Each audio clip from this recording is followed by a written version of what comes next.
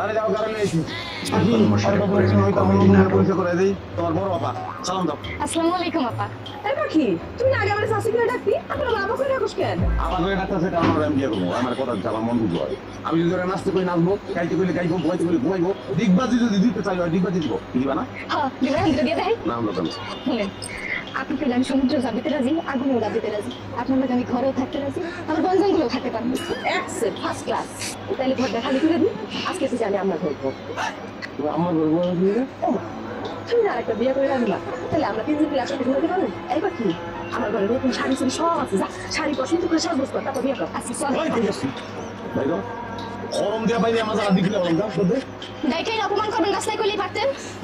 যাইতাছি। বলবে ওরে তুমি বিদায় করলে কেন? ও তো তোমার মন বুঝবে, তাহলে ওরে বিয়ে করো। ও আমার বুঝলে তো হইব না তোমার বুঝতে হবে আমার মন।